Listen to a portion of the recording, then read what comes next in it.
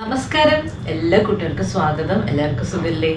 ഇത് ഞാൻ വന്നിട്ടുള്ളത് ഒരു ഫ്രൂട്ട് സലാഡ് ഉണ്ടാക്കി കാണിക്കാനാണ്. നമ്മുടെ പറമ്പിൽ നിന്ന് കിട്ടുന്ന ചക്ക, മാങ്ങ, പഴുത്ത പപ്പായ ഇതെല്ലാം വെച്ചിട്ട് നമുക്ക് എളുപ്പത്തിൽ ഉണ്ടാക്കാൻ പറ്റുന്നതാണ്. അപ്പോൾ ഏതൊക്കെ പഴങ്ങൾ നമുക്ക് കിട്ടുമോ, നമ്മുടെ വീട്ടിൽ നിന്ന് കിട്ടുന്നോ അതൊക്കെ നമുക്ക് യൂസ് ചെയ്യാം. കശുമാങ്ങ ഉണ്ടെങ്കിൽ അതും കൂടെ യൂസ് ചെയ്യാം. ഇപ്പം എനിക്കിവിടെ കിട്ടിയിട്ടുള്ളത് ചക്കപ്പഴം കിട്ടിയിട്ടുണ്ട്, പഴുത്ത പപ്പായയുടെ ഒരു പീസ് എടുത്തിട്ടുണ്ട്, പിന്നെ മാങ്ങ, നേന്ത്രപ്പഴം. ഇതൊക്കെ വെച്ചിട്ട് നല്ല ടേസ്റ്റി ആയിട്ടുള്ള ഒരു ഫ്രൂട്ട് സലാഡ് ഞാനിവിടെ കാണിച്ചു തരാം. അപ്പം ഇതെങ്ങനെ ഉണ്ടാക്കണമെന്ന് നമുക്കൊന്ന് കണ്ടു നോക്കാം.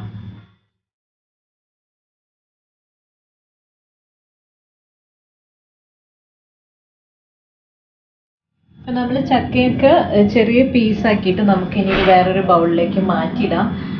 ഇത് മധുരം അല്പം കുറവുള്ള ചക്കയാണ് കേട്ടോ നമുക്ക് കിട്ടിയിട്ടുള്ളത്.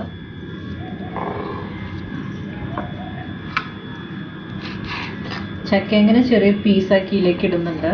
മാമ്പഴം ഇതുപോലെ ചെറിയ പീസാക്കി ഇടാണ്. പിന്നെ നമുക്ക് പപ്പായയും കൂടെ ഇതുപോലെ ഇങ്ങനെ അരിഞ്ഞിടാം.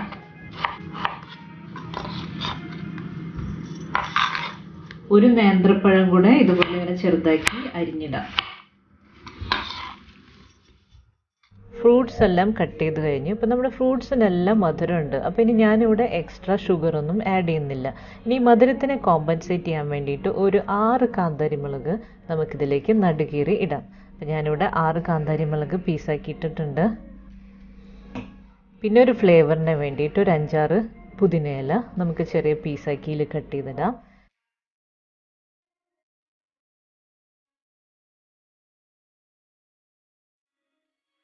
പിന്നെ ഒരു 3-4 കറിവേപ്പില,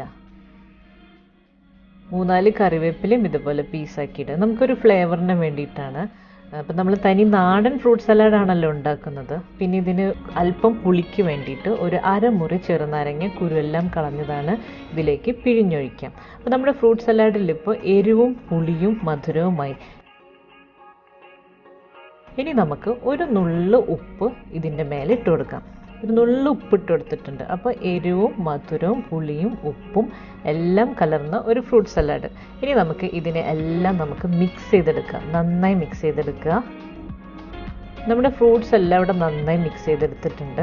ഇനി ലാസ്റ്റായിട്ട് ചേർക്കാൻ പോകുന്നത് ഹണിയാണ്. അത് നമുക്ക് സെർവ് ചെയ്യുന്ന നേരത്ത് ചേർത്താൽ മതി. അപ്പോൾ ഞാനിവിടെ ഓർഗാനിക് ഹണിയാണ് യൂസ് ചെയ്യുന്നത്. അപ്പോൾ ഈ ഹണിയിൽ 1 ടീസ്പൂണോ അല്ലെങ്കിൽ 1.5 ടീസ്പൂണോ ഇതിൻ്റെ മേലെ നമുക്ക് ഒഴിച്ചു കൊടുക്കാം. ഇപ്പോൾ ഹണിയെല്ലാം ഒഴിച്ചു കൊടുത്തു. ഇപ്പം നമ്മുടെ വ്യത്യസ്തമായിട്ടുള്ള നല്ല ഹെൽത്തി ആയിട്ടുള്ള ഫ്രൂട്ട് സലാഡ് ഇവിടെ തയ്യാറായിട്ടുണ്ട്. ഞാനിവിടെ വേറെ ഒരു പൗഡറോ ഷുഗറോ ഒന്നും ആഡ് ചെയ്തിട്ടില്ല. വളരെ സിമ്പിളായിട്ടാണ് ഉണ്ടാക്കിയെടുത്തിട്ടുള്ളത്. ഇപ്പം നമ്മുടെ ഫ്രൂട്ട് സലാഡ് ഇവിടെ തയ്യാറായിട്ടുണ്ട്. വളരെ സിമ്പിളായിട്ടുള്ള ഫ്രൂട്ട് സലാഡാണിത്, വ്യത്യസ്തമായതുമാണ്. അപ്പോൾ ഇത് എല്ലാവർക്കും ഇഷ്ടമായി കാണുമെന്ന് വിചാരിക്കുന്നു. അടുത്തൊരു വീഡിയോയുമായി ഇനിയും കാണാം. നന്ദി, നമസ്കാരം.